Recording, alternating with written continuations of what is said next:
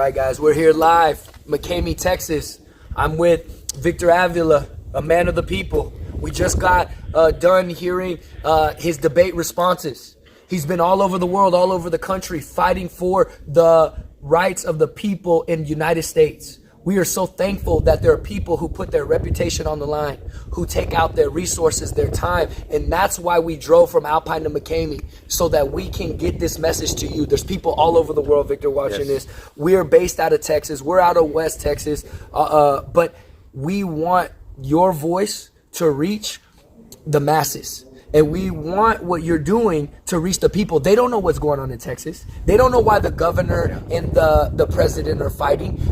People in India, people in Korea, in LA, in California, they're in New York. They're seeing all this going on. You've been there firsthand. We saw you in Israel. We saw you at the border. We've seen you working with the true president, Donald Trump. Talk to us a little bit how we can have a voice in all of this. What would you like to see from the clergy? What would you like to see from the chaplains? What would you like to see from the people? Because there's a lot of people who are about to go and run and try to take Tony Gonzalez out because he's not representing the people. He's representing the establishment. You're running as a man for the people. They call me the people's champ. Yeah. So we want the people to be heard. Those people who have been forgotten. You mentioned it. Yeah. You said those people who have been ran out. Your partner died in front of you. My dad died in front of me in Fort Stockton. We have chips on our shoulder. We're not scared. That's why we're out here making content. That's why we're out here talking about our faith. That's why we're grabbing our leaders, because the young men of this country need to be connected with our leaders, that our leaders are connected with our president. I'm one step away right here, ladies and gentlemen, from the people who change things in this world. Mm-hmm. And if you want to make a change, you can if you step out of the system and out of the lies that they're buying you. They had a question up there that I want you to comment about. It is the education system. The education system is being used to make us have all these Marxist beliefs, have all these communist beliefs. They're are just poisoning us. And what are we gonna do you're speaking to 19-year-olds, 20-year-olds, people in their 30s, because they're not getting involved. Look at the room when you go in here. Yes. You don't see them. No. In every single town in West Texas, you don't see people 30, 20, and 19. But guess what? We're here to wake you guys up. Mm-hmm. We're coming on TikTok. We're coming on YouTube. We're coming on Instagram. We're coming on Facebook. We're coming to ignite change in young people. And we need leadership. Are you going to be that leader, Victor? Talk to us. Absolutely. And you have the power. If you think that you don't, you absolutely have the power, starting with your own community. Get loud. Start speaking up. Start getting involved with your local community. Have you ever been to a city council meeting? Have you ever been to a county commissioners meeting? You'd be surprised how much you learn just by getting a little bit involved and paying attention to who actually represents you in your block, in your neighborhood. Who is that person? You know what? There is a person, and that person works for you. That's what I'm doing. I'm going to come here and work for the people. I don't want the power. I don't want it.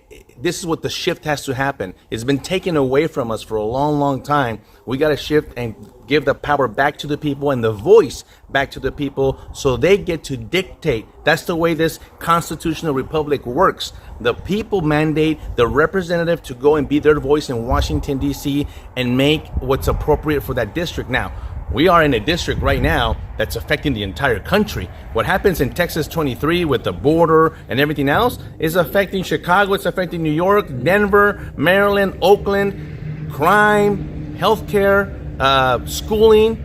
It's right here. This is ground zero. So I'm getting support from all over the country because they know, hey, Victor, do something down there, man, because we need a positive ripple effect. We've been getting a negative ripple effect with a lot of issues. And yes, it's the border. My biggest concern is public safety, and national security. If you're not safe in your own town, if you're not safe when you go out to the store or a club or wherever you go, then everything else is out the window. We need to make sure that our communities are safe, and it starts at the local level all the way to the federal level. Don't think that it's just here. I'm running for federal Congress, but let me tell you, I'm a big supporter of local politics because we have to work together. I said the story in there. I met with the mayor of Del Rio, Texas. Sat down, had a great conversation. He's telling me about the needs of the community at the local level, something that I could help him from the federal level. I tell him, why haven't you shared these concerns with Tony Gonzalez? He's like, I haven't spoken to him or seen him in over 2 years, he tells me. Oh my goodness, I couldn't believe it. The same thing with the Chamber of Commerce. You got to work with your chambers of commerce. You represent them. Nowhere to be found. He's not here today. As a matter of fact, the others that are running are not here today. There's 5 of us running. There's 2 of us that showed up today. That right there should tell you a lot. So, McCamey, we're out in West Texas. Let me tell you, I'm from El Paso. I know the feeling of being abandoned and forgotten because we're out here in the desert. But they're also part of this district. That's right. And they need the same attention that San Antonio gets and that El Paso gets and Eagle Pass and them. Absolutely. I'm going to bring and I'm going to represent everyone. As a conservative America, I'm not here going to run to represent a certain portion of the district.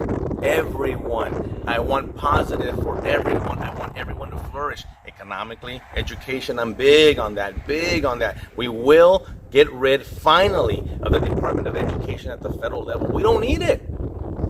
The local people, when you get involved locally, you're going to find out that you know the real reason what you need. You will know the actual issues that you need in your local community.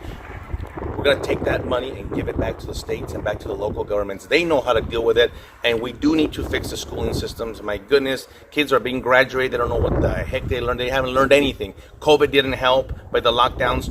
We need our kids back involved.